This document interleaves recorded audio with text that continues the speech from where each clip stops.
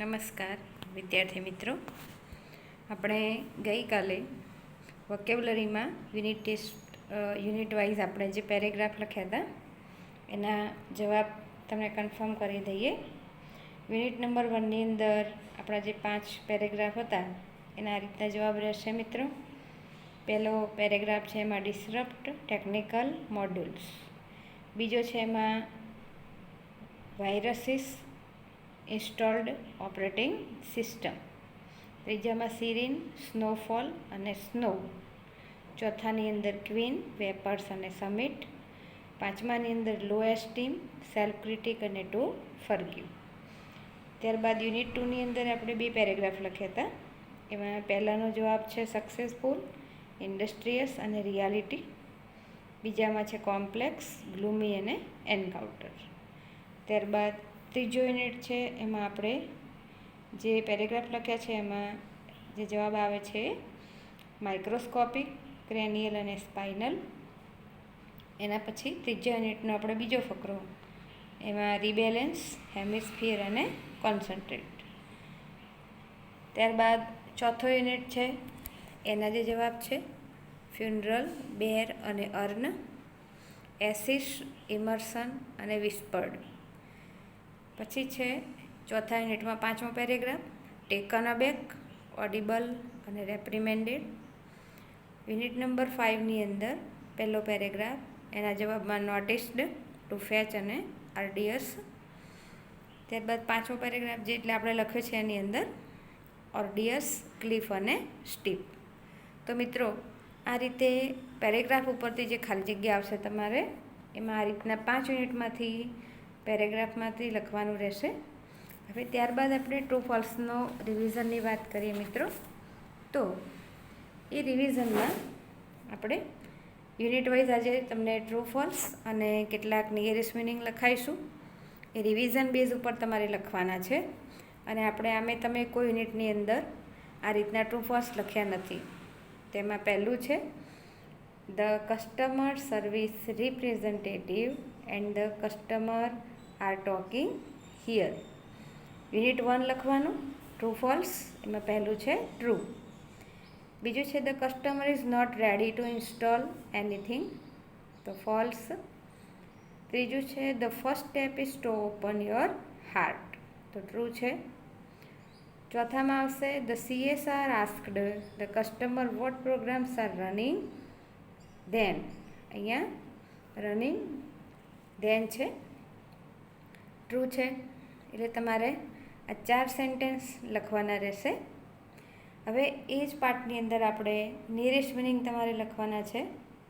એમાં ટાઇટલ આ રીતે આપવાનું, નિયરેસ્ટ મિનિંગ. એમાં પહેલો શબ્દ છે ઇવેન્ચ્યુઅલી. હવે ઇવેન્ચ્યુઅલીની બાજુમાં તમને 4 ઓપ્શન આપેલા છે, પરફેક્ટલી, ફાઇનલી, રેડીલી અને જનરલી. તેમાં જવાબ તમારો છે ફાઇનલી. એટલે બીજો શબ્દ છે મોડ્યુલ.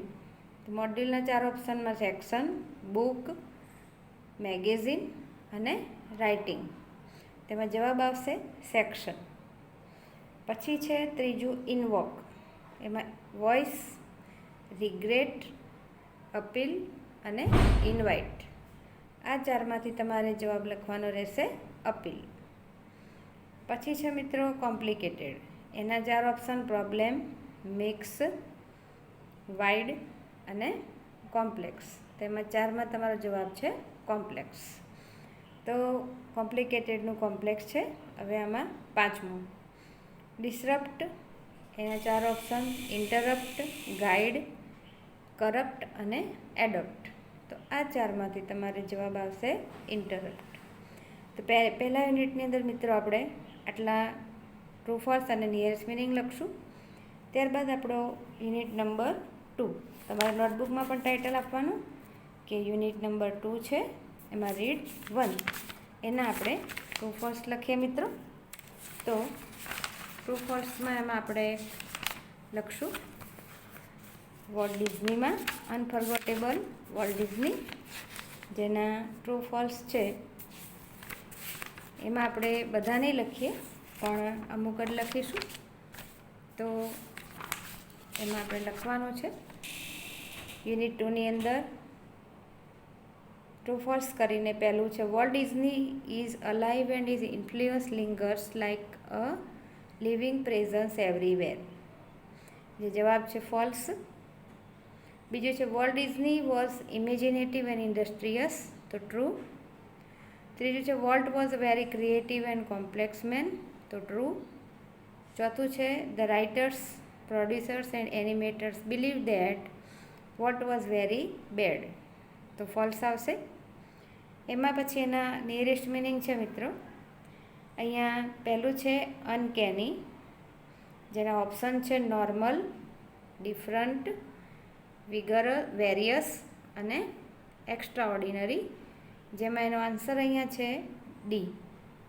બીજું છે ફિલિપમાં એમાં સ્માર્ટ, બીમાં સ્ટિમ્યુલેશન, ત્રીજામાં રેગ્યુલર અને ચોથામાં નન. તો અહીંયા જે ફિલિપ શબ્દ છે એનો ઓપ્શન જવાબ આવશે બી.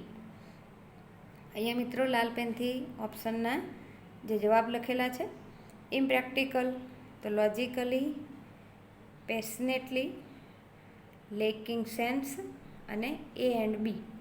તો કે છે આનો જવાબ તમારે લખવાનો રહેશે. આનો જવાબ છે સી. પછી છે નિકલ, તો નિકલ છે એમાં nice, superficial, worth of 5 cent અને $2, જવાબ આવશે સી, જે અહીંયા આપણે લખેલો છે. પછી ફ્લોપ્ડ, તો ફ્લોપ્ડ છે એની અંદર અનસક્સેસફુલ, ફેમસ, બેસ્ટ અને નન. તો અહીંયાનો આન્સર છે મિત્રો એ. તો આપણે એમાં 5 સુધી નિયરેસ્ટ મિનિંગ લખશું, તમારે પણ લખવાના છે નોટબુકની અંદર ખાસ. ત્યારબાદ આપણે યુનિટ 3 જોઈએ, જેનું નામ છે આપણે એનું રીડ 1 છે, એના ટ્રુ ફોલ્સ વિશે વાત કરીએ. તો કે છે યુનિટ 3ની અંદર અહીંયા આપણે રીડ 1 અને રીડ 2 છે, જે મેનેજ યોર સ્ટ્રેસ, એમાં કે છે અહીંયા લખ્યું છે પહેલું mind, emotion and heart are closely interlinked and always work together. તો અહીંયા ફોલ્સ છે. માઇન્ડ, ઇમોશન્સ એન્ડ બોડી આવે મિત્રો. બીજું છે the mind is the rational logical part of you that helps you to make unemotional choices, તો સાચું છે.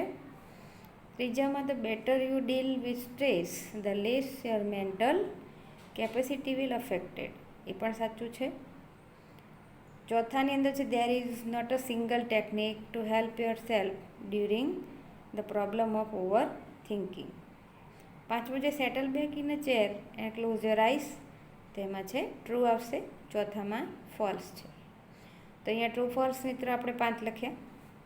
તો એના પછી યુનિટ 3ની અંદર રીડ 2, જે આપણી સ્ટ્રેસ કંટ્રોલ એક્સરસાઇઝીસ છે, એમાં એના ખરા ખોટા જોઈએ. તો કે છે એમાં make yourself comfortable and close your eyes, તો સાચું છે. બીજું છે do not visualize scenes that tie in with the word or build up mental images that illustrate the word. Do not નથી પણ વિઝ્યુલાઇઝ કરવાનું છે, એટલે આ વાક્ય ખોટું છે. પછી છે pick a material such as dress, fabric, stone, piece of wood, તો સાચું છે. ચોથાની અંદર છે then we get stress we tend hold our breath or only breath in a shallow way, તો એ પણ સાચું છે. તો એ મિત્રો આપણે 4 સેન્ટેન્સ લખશું. ત્યારબાદ નિયરેસ્ટ મિનિંગની અંદર છે કન્સન્ટ્રેટ, તેના ઓપ્શનમાં છે હીડ, ટેકઅપ, ફ્રૂટ જ્યુસ અને સેન્ટર્ડ. તો અહીંયા જવાબમાં છે એ હીડ.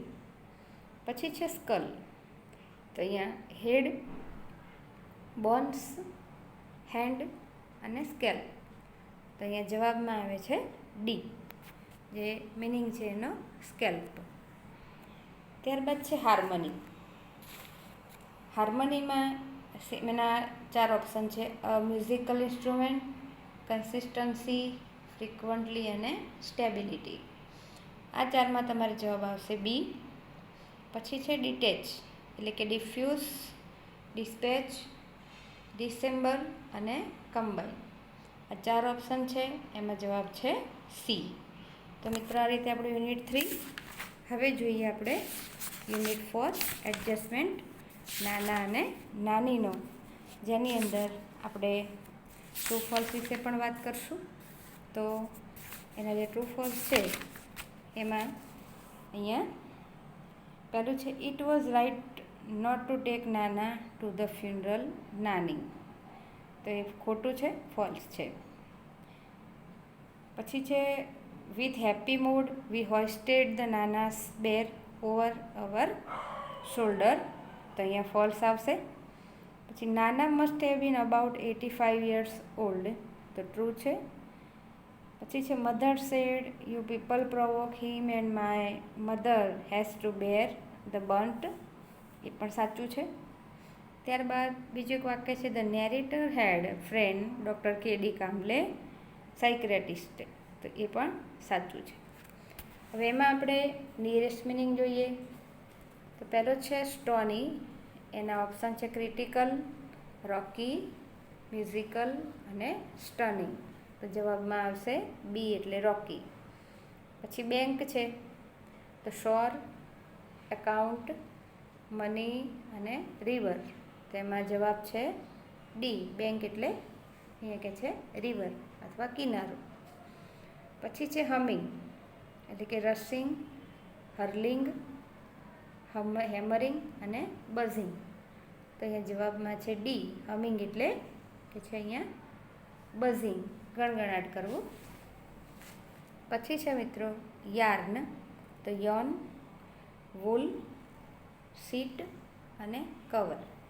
તો અહીંયા જે જવાબ છે એનો અર્થ છે બી, વૂલ છે. વૂલ એટલે જે ગરમ ઊન કહી શકાય તે. ત્યારબાદ મિત્રો આપણો 5 મિનિટ એના રીડ છે, એમાંથી આપણે આગળ એના ટ્રુ ફોલ્સની વાત કરીએ. તો કે છે ટ્રુ ફોલ્સની અંદર પહેલું છે, a number of ants had killed some flies and other insects for food. True આવે. The other ants went back and cleared away any sand or small stone that obstructed the way. False. The ants carrying the loads could easily climb over them. તો true છે. ત્યારબાદ એ છે ચોથું છે, near the top of the pit was a small part of the way which was completely smooth and steep. આ પણ true છે. હવે એના પછી મિત્રો આપણું જે પોએમ છે યુનિટ 5 રીડ 2, એના કેટલીક ટ્રુ ફોલ્સ છે, જોઈ લઈએ. પહેલું છે, the poem is about universal brotherhood and the establishment of peace. તો ટ્રુ છે. બીજું છે, we should take arms against each other in times of war. તો ફોલ્સમાં આવશે. Every land is strange and it is difficult to understand their people. તો false આવશે. હવે આના આપણે 5 મિનિટના સિમિલર વર્ડ જોઈ લઈએ. પહેલો છે પીટ. તો ડીચ, હિલ, એન્ટ હિલ અને ટોપ. તેનો જવાબ છે ડીચ. પછી ફેરોસિયસ, મર્સીફુલ, મર્સીલેસ, કાઇન્ડ અને નોબેલ. તો અહીંયા આવશે બી, જવાબ છે મર્સીલેસ. મર્સીફુલ એટલે દયાળુ થાય, મર્સીલેસ એટલે દયા વિહીન. રેલિશ એટલે કે સેલ્ફિશ, પ્લીઝ, એન્જોય અને રબિશ. તો એન્જોય. એમાં જવાબ આવશે સી. પછી એમ્બ્યુસ તો અટેક, નોક, કિલ અને એન્ટર. અહીંયા 4 જે છે ઓપ્શન એમાંથી એ આવશે. તો મિત્રો અહીંયા આપણે 5 યુનિટ સુધીની અંદર આપણે ટ્રુ ફોલ્સ અને સિમિલર એટલે કે નિયરેસ્ટ મિનિંગ જોયા છે. એ ખાસ તૈયાર કરશો અને લખતા પણ રહેશો રિવિઝનમાં, જેથી કરીને તમને આગળ પણ હેલ્પફુલ થઈ શકશે. હવે આગળના લેક્ચરની અંદર આપણે આગળ બીજા ટૉપિક વિશે વાત કરશું. ત્યાં સુધી આટલું કામ ફરજિયાત લખશો મિત્રો. ટેક્સ્ચ્યુઅલ રિવિઝન છે તો ટેક્સ્ટબુકના ચોપડામાં જ લખવાનું રહેશે. Thank you.